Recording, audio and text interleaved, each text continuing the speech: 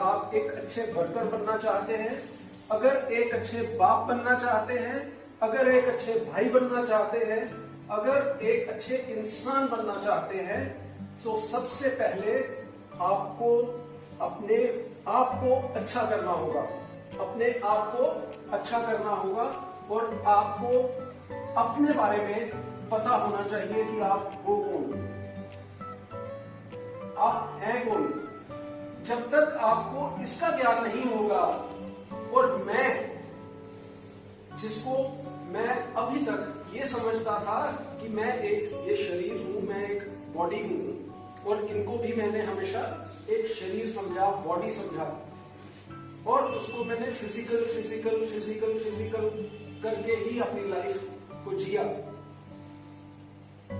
जब तक आप अपने आप को समझोगे नहीं कि हो कौन आप या मैं कौन हूं, मैं एक एनर्जी हूं जो यहाँ पर रहती हूँ, जिसका आपको आज ज्ञान मिला थोड़ा। ठीक है, क्योंकि बहुत बार ऐसा होता है ना, हम लोग दिन में बैठे हैं, कुछ काम नहीं किया है हमने, लेकिन शाम को जब हम लोग घर गए, शाम को जब हम घर गए तो घर जाके क्या हुआ, मन नहीं था आज हमारा कुछ ठीक, थके हुए से महसूस कर रहे हैं।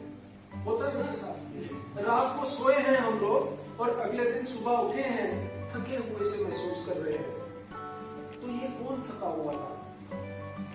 शरीर ने तो काम किया नहीं उस दिन, कोई फिजिकल काम तो किया नहीं उस दिन, पेट्रोल पंप पे नोजल तो पकड़ी नहीं, फिर भी उस थका हुआ सा महसूस कर रहा था। लेकिन कौन महसूस कर रहा था? मैं कर रहा था। तो क्या मैं ये शरीर हूं? अगर मैं ये शरीर होता तो काम करने के बाद थकता। तो जब तक आपको इसका ज्ञान बेसिक नहीं होगा कि हम लोग दो अलग अलग एंटाइटीज का हिस्सा है और तीसरी जो एंटाइटी होती है वो हमारा कर्म होता है या हमारा संस्कार, जिसको हम लोगों ने बोला कि अपने संस्कारों को, अपनी एक्शंस को, तब तक हम लोग अपनी लाइफ को ना तो कंप्लीट बोल सकते हैं और ना तो उसको अच्छा बोल सकते हैं। तो एक अच्छा रिश्ता मेंटेन करने के लिए अपने घर पे सबसे पहले अपने परिवार के साथ, अपने बच्चों के साथ, अपने भाई बहन, माँ बाप, रिश्तेदार जो हमारे फर्स्ट सर्कल में हमारे क्लोज होते हैं, उनसे अच्छा रिश्ता करना सबसे पहले हमारे जीवन को अच्छा करने का पहला कदम होता है। ये सब अच्छा होगा तो हमारा अगला जो कर्म क्षेत्र रोज रोज एक चीज, तो ऐसे ही आज हमारा मन भी क्या है, जो हमने उसको सड़ी गली चीजें दे रखी हैं, तो मन भी क्या कह रहा है, क्या रोज रोज यही चीजें आपके पास, तो मन क्या होता है, यहाँ वहाँ भागना शुरू होता है। और हम सोचते हैं कि मन पता नहीं क्यों नहीं लग पा रहा है, पता नहीं क्यों नहीं लग पा रहा है। तो हमने उसकी सुननी है ना बैठ करके। जैसे घर में एक बेबी होता है, तो जब बड़ा होता है तो एक छोटा बेबी आता है दूसरा, तो हम क्या करते हैं, जो बड़ा होता है वो थोड़ा बड़ा हो जाता है तो उसको उसके ऊपर थोड़ा कम ध्यान देते हैं, छोटे पर उसकी मम्मी ज्यादा ध्यान देती है। क्यों? क्योंकि वो छोटा है, वो बड़ा है। पर जब वो बड़ा वाला देखता है तो वो सोचता है कि शायद मेरी मम्मी और मेरे पापा मुझे कम प्यार करते हैं और उसको ज्यादा करते हैं। तो जैसे ही साइड होते हैं पेरेंट्स, तो वो अपने छोटे भाई या बहन जो भी होता है उसको एक थप्पड़ मारता है, तेरी वजह से मेरी मम्मी और मेरे पापा मुझे प्यार नहीं करते। तो क्या सच में उसे प्यार नहीं करते? फिर उसको देखती है उसकी माँ, तो कहती नहीं बच्चे, मैं आपको भी उतना ही प्यार करती हूँ, सिर्फ फर्क क्या है, ये छोटा है, आप बड़े हो, आप समझदार हो, इसलिए इनकी केयर मुझे ज्यादा करनी है और आप कर सकते हो। तो ऐसे ही हमें अपने मन को भी मनाना है, बड़े प्यार से चलाना है। पर हम क्या करते हैं, बुद्धि को ज्यादा यूज करना शुरू करते हैं और मन बेचारा इधर उधर चला जाता है। तभी तो कहते हैं ना, जब कोई बड़ा भी बच्चा हो जाता है तो उसके पेरेंट्स क्या बोलते हैं, अभी इसके अंदर बुद्धि नहीं है ना, इसके अंदर बुद्धि नहीं है, मतलब कि मन का ही यूज कर रहे हैं। तो मन भी क्या है, एक हमारी पावर है। बुद्धि को मन क्या करता है, अपने प्रभाव में ले लेता है और बुद्धि से भी कहीं ना कहीं वो गलत डिसीजन, गलत काम करा देता है। तो इसलिए हमें दोनों की सुननी है बैठ करके। ब्रेन और बुद्धि दोनों में फर्क है। ब्रेन है हमारी बॉडी का पार्ट जो दिखाई दे रहा है, और बुद्धि है एक ओके, क्योंकि अगर पेशेंस नहीं होगी तो हमें लाजमी पेशेंट बनना पड़ेगा। वहां दिल्ली में ना गाड़ियों पे लोग लिख लेते हैं, तो भाई साहब एक आदमी ने लिखा गॉड गिव मी पेशेंस। क्या लिखा? सब क्या लिखा? God give me patience. अगली line please hurry up. Patience को लेने की पेशेंस भी नहीं है, इसलिए पेशेंट बन गए हैं। तो आज से क्या करेंगे? दादी जी की बात आपको याद आई? Peace, love, patience, that's all. कुछ नहीं करना है। 3 गोली आप जब भी घर से निकलेंगे डाल लेंगे, इनका कोई साइड इफेक्ट नहीं है। ओके, आई एम ओके, मैं ठीक हूं, मैं बीमार हूं ही नहीं, और बीमारी है तो बीमारी चली जाएगी, कोई बहुत बड़ी बात थोड़ा ना। बीमारी आई है बॉडी में, ड्राइवर इज ओके। और तीसरी बात कौन सी बताई दोस्तों? मैं विशेष हूं। कॉपी नहीं करना। कॉपी करेंगे तो मैनेजर बनेंगे, कुछ नया करेंगे तो लीडर बनेंगे। BPCL, HPCL, Indian oil, oil India, they are not looking for managers. उनको क्या चाहिए? लीडर। लीडर और मैनेजर में कोई फर्क है? भाई सब जो बीच में बैठे, हाँ जी, आप मंद मंद मुस्कुरा रहे हैं, कोई राज है जो दिल में छिपा रहे हैं? आपका शुभ नाम? दीपक। दीपक या कुलदीपक? बोलिए दीपक भाई, क्या सवाल पूछा? कि मैनेजर और लीडर में कोई फर्क है? आप भाई साहब की तरफ नहीं देखिए, ये डांटने वाले नहीं हैं आपको, डर रहे हैं, देखो बार बार। Okay, very good. आप देख रहे ना दीवारों पे भी कान होते हैं। हाँ जी बोलिए, नो प्रॉब्लम। लीडर जो है वो लीड करता है, ओके, और मैनेजर जो है वो मैनेज करता है। Okay, very simple. क्यों दिमाग लड़ाए भाई साहब? इनके पीछे जो बैठे हैं, जो छिपने की कोशिश करेंगे ना, उनसे सबसे ज्यादा प्रश्न पूछे जाएंगे। सवाल आपका नाम? अंकित भाई, बोलिए, मुस्कुराइए सही थोड़ा। हाँ जी, आप मैनेजर हैं या लीडर हैं? लीडर हैं, लाइक लालू प्रसाद? कहते नहीं। लीडर और मैनेजर में क्या फर्क है दोस्तों? Leader is the one who pulls and manager is the one who pushes. हम तो अकेले ही चले थे जानिब मंजिल, लोग आते गए। Mahatma Gandhi was a leader, Vivekananda was a leader, okay, Abraham Lincoln was a leader. तो मुझे क्या बनना है? मुझे लीडर बनना है, कुछ नया करना है, समथिंग डिफरेंट। और मैनेजर क्या करता है? मक्खी में मक्खी मार रहा है। रात को नींद नहीं आती। मैंने कहा जब आप ऑफिस में काम नहीं करेंगे तो आपको नींद कहां से आएगी? Because you are not justifying. जो आपको तनख्वाह मिल रही है, आप उसे जस्टिफाई नहीं करते तो नींद आएगी नहीं। ओके, तो मुझे आज से कॉपी करना, नो कॉपी, कुछ नया करिए।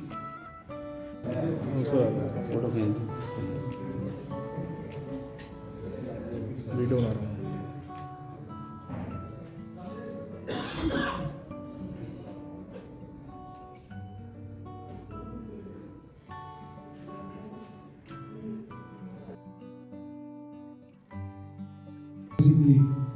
मैं अगर अपनी देखिए, मैं कल परसों जब प्रोग्राम ये स्टार्ट हुआ था तो मैंने इनसे एक बात कही थी।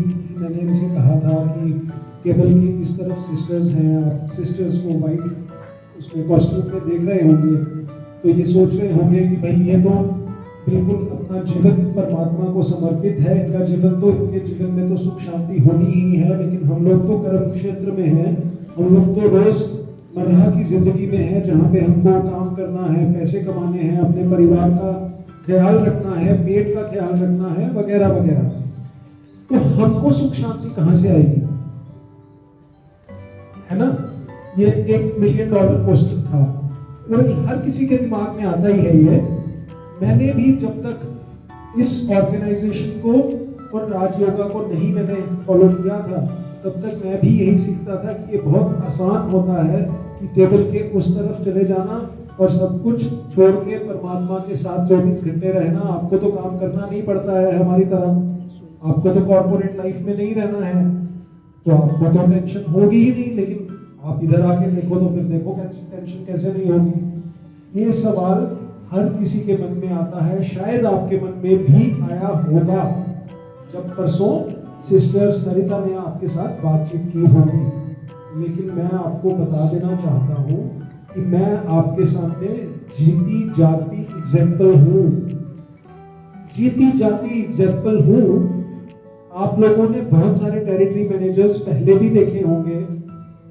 मेरे कलीग्स इस बात की गवाही देते हैं कि काम हम वही करते हैं जो पहले करते थे, वही काम करते हैं, उससे कुछ ज्यादा ही हो रहा है काम यहाँ पर, लेकिन एनर्जी बदल गई है, यहाँ की एनर्जी बदल गई है।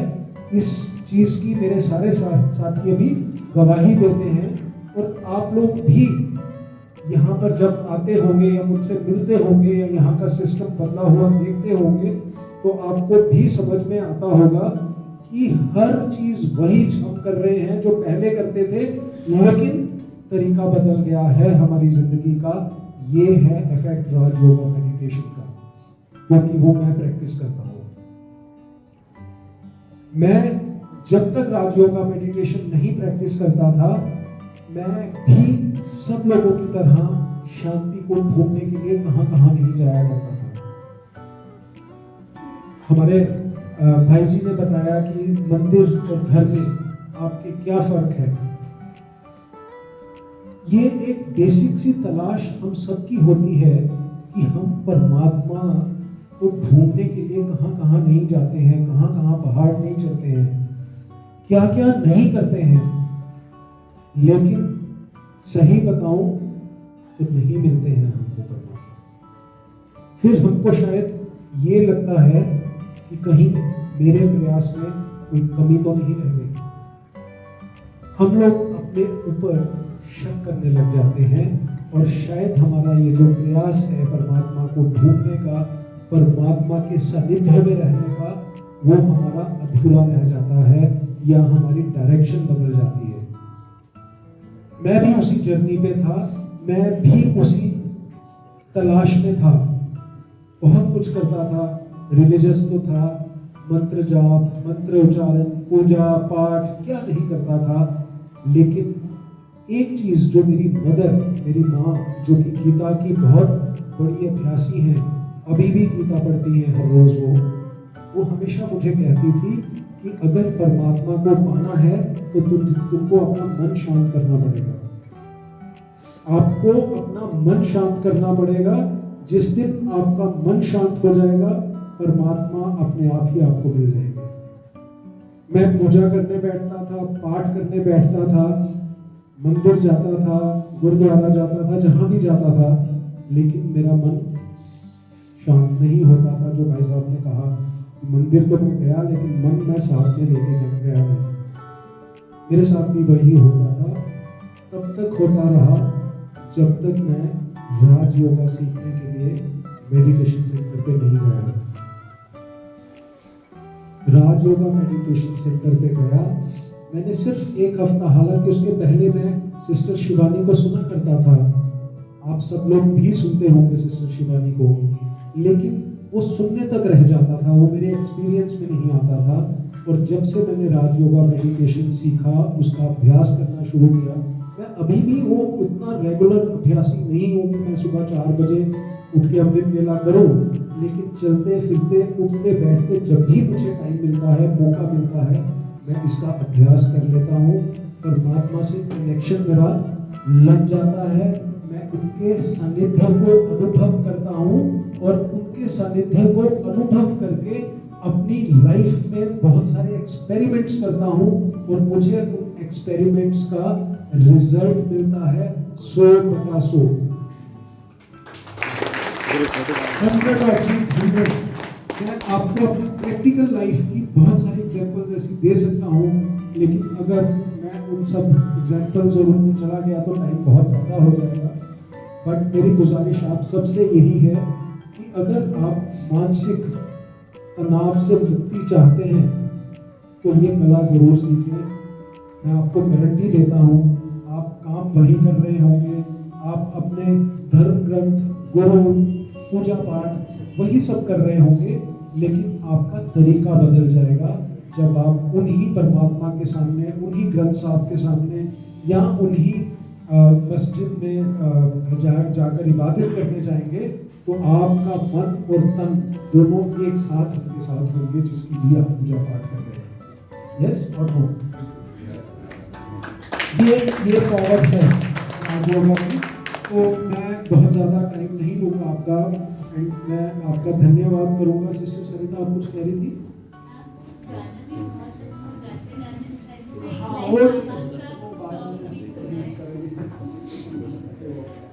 मैं अभी करा दे।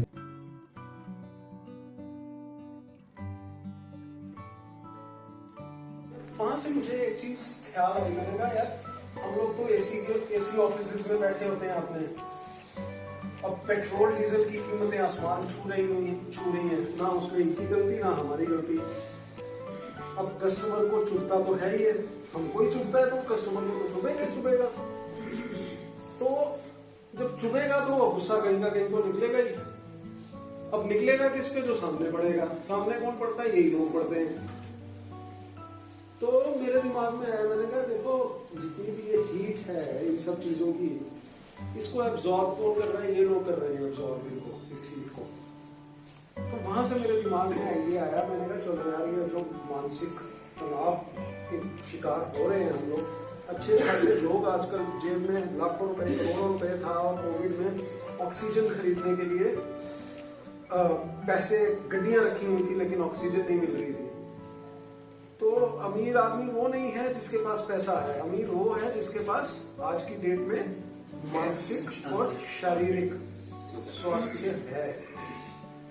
तो शारीरिक तो ये काम करते ही रहते हैं पूरा दिन, कोई पेट्रोल पंप पे कर रहा है, कोई साइकिल चला के जा रहा है, कोई कहीं से दूर दूर कर रहा है। लेकिन ये मानसिक वाला जो चक्कर है ना, ये अभी तक हम लोग इसके ऊपर काम ही नहीं करते हैं। और it was very rightly sad कि हम लोग कंसिस्टेंटली इग्नोर करते रहते हैं। हमारे बच्चे, हमारे आज की नई जनरेशन देखो जिम्स में जाते हैं, फिजिकल जिम में सारे जाते हैं, आप लोग भी जाते होंगे, मैं भी जाता था। खूबसूरत दिखना, अच्छा दिखना जिम्स में, और वो अच्छा दिखना अपने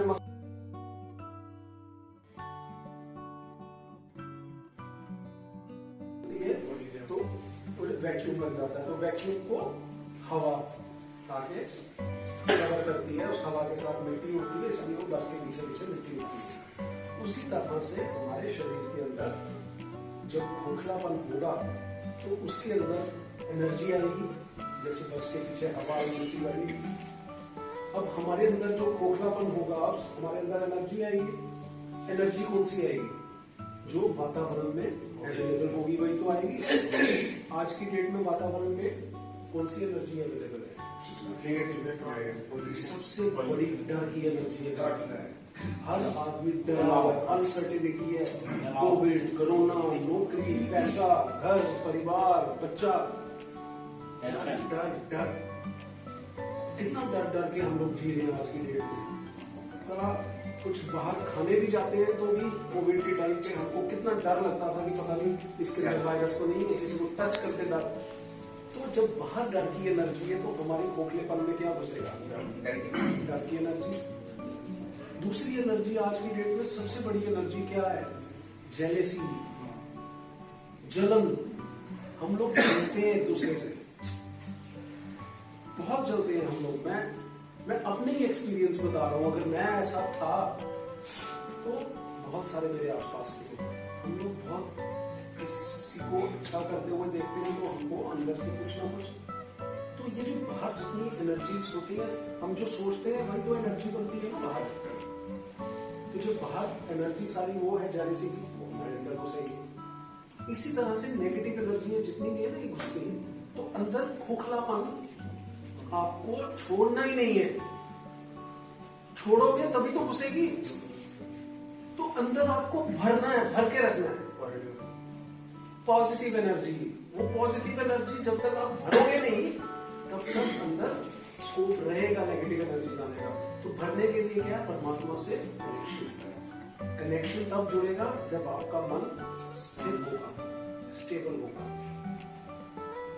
कि आपने एक थॉट दिमाग में रखा है तो 5 मिनट, 3 मिनट, 4 मिनट तक ये रुकेगा।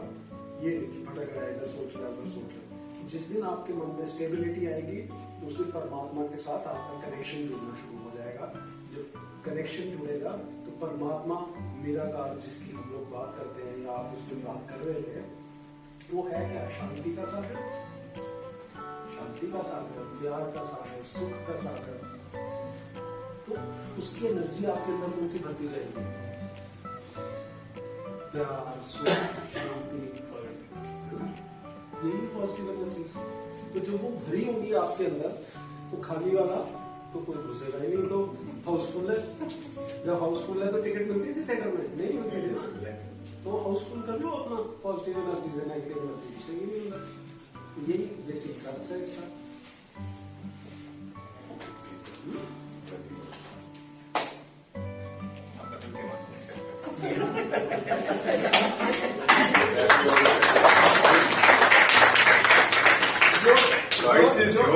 जो जितनी अंदर पॉजिटिव एनर्जी भरता जाएगा उसको उतने केवल टारगेट कम करते रहेंगे।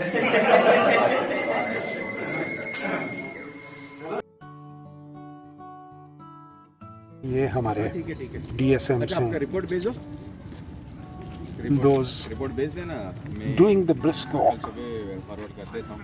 ठीक है, activity रिपोर्ट भेज दो। एक यार QC to maintain their ताकि आप रेस्ट करो।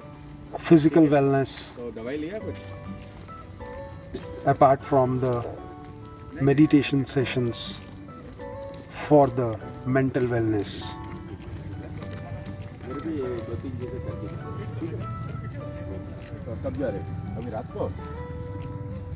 जैसे भी हो सकता है हम लोग एक दूसरे की हेल्प करें, मदद करें, अच्छे अच्छे जीवन जीने के तौर तरीके सीखें और सिखाएं। समझ रहे हैं मेरी बात? कि भाई मैं यहाँ हूं ना हूं, मेरी ट्रांसफर होनी है कल को, मोहित ने यहाँ पे होना ना होना है, ट्रांसफर हो जाए, इन्होंने यहाँ पे होना नहीं होना है, लेकिन एक हम लोग एक अच्छी शुरुआत अगर करके जाएं तो ये चीजें आने वाले टाइम में आपकी एक्चुअली चॉइस नहीं है। क्यों बंसल साहब, इज इट अ चॉइस कि मैं ये करूं ना करूं? ये चॉइस नहीं है, ये आपकी मजबूरी है। आपने कोविड देख लिया, कोरोना देख लिया और अभी ओमिक्रॉन देख रहे हो ना। अगर बचना है और बचाना है, अगर बचना है और बचाना है तो ये आपको करना ही पड़ेगा।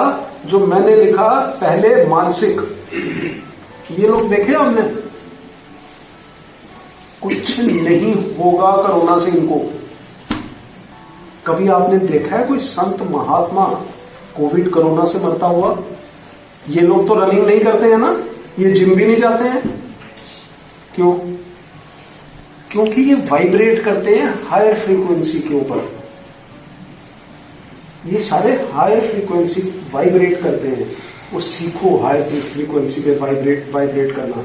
मैं भी जब से वाइब्रेट करने लगा हूं हायर फ्रीक्वेंसी पे, मेरी भी जीवन शैली बदल गई। मैं रनिंग करता था, जो 5 किलोमीटर जो मुश्किल होता था मुझे 5 किलोमीटर में, मुझे 10 किलोमीटर में मुश्किल नहीं लगता, क्योंकि मैं भी हायर फ्रीक्वेंसी पे वाइब्रेट करना सीख गया।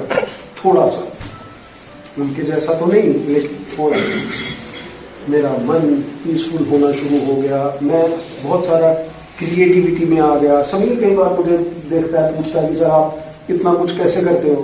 तो मैं उसको यही बोलता हूँ कि my mind is very very calm, peaceful. तो ये चीजें आप भी सीखो, अपने जीवन में बदलाव लाओ और अपने आसपास वालों को बदलने में मदद करो। यस, मैं कह पाया अपनी बात? कोई कम शब्दों में बहुत कुछ कह दिया। तो मैं यही बेसिकली कहना चाह रहा था कि ये पर्पस था इनको बुलाने का, तो आप लोग करो। सर का सबसे बड़ा मैसेज ये था जो सर ने मुझसे बात की, ये था मैंने अपने टर्म में यहाँ रहते रहते सारों को नहीं, एक भी बदल गया तो इनका मकसद पूरा हो जाए। एक भी बदल गया था, एक्चुअली बदल गया। और एक को बदलते आदमी देख लो तो शायद हो सकता है, अगर प्रैक्टिकल एग्जाम्पल आप देख लो,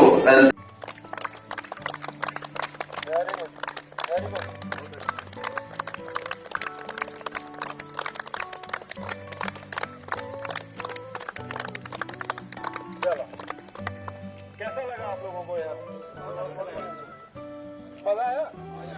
एक साथ की याद दिला दीजिए। आपकी याद दिलाती है हमारे डिपो वालों की और अब्रियाल साहब अच्छा वो भी सैर करा करते थे, सबसे पहले मैं राउंड लेते थे आप खुद लेते थे या सबको कराते थे? वेरी गुड यार, तो कुछ लोगों ने साथ छोड़ दिया, उन्होंने साथ नहीं छोड़ा अपने। बहुत अच्छी बात है, बहुत अच्छी बात है। देखो अच्छा लगा ना आपको? ये जो आपको चीजें बताई हमने, ये 3 चीजों का कॉम्बिनेशन है आपका, ठीक है? एक मानसिक, दूसरा शारीरिक और तीसरा प्रोफेशनल। इन तीनों चीजों का संतुलन बना के चलोगे तो जिंदगी में हमेशा कामयाब रहोगे। कामयाबी जो होती है ना, वो जरूरी नहीं है कि पोस्ट से, पोजीशन से या पैसे से ही मिलती है। आप समझ गए मेरी बात? कोरोना हुआ, कोविड हुआ, आप लोगों ने देख लिया कि जिसके पास पैसे थे जेब में, लाखों रुपए थे, करोड़ों रुपए थे, लेकिन ऑक्सीजन नहीं मिल रही थी उसको। कोई लाख रुपया दे के भी उसको ऑक्सीजन का सिलेंडर नहीं मिल रहा था उसको। तो क्या वो कामयाब थे? और फिर ऊपर वाले को प्यारे हो गए, चल बसे। तो कामयाबी वो होती है जहाँ पे आपका मानसिक और शारीरिक संतुलन सही हो, और इन दोनों संतुलन को यूज करके आप अपने प्रोफेशनल और पर्सनल लाइफ को इम्प्रूव कर सको, अच्छा कर सको। तो आपको ये सिखाने की हम लोग कोशिश कर रहे हैं ये 3 दिन में। तो आज का आपका पहला दिन था। पहला दिन तो इंट्रोडक्शन टाइप का ही था, लाइट था। आज आप लोगों ने वॉक की 2 किलोमीटर, आई थिंक 1.5 किलोमीटर आप लोगों ने कर लिया होगा वॉक, और पता भी नहीं चला होगा आपको, है ना? लेकिन आप रूटीन में जिस तरह से आप चलते थे, शायद उससे आज तेज चले होंगे आप, है ना?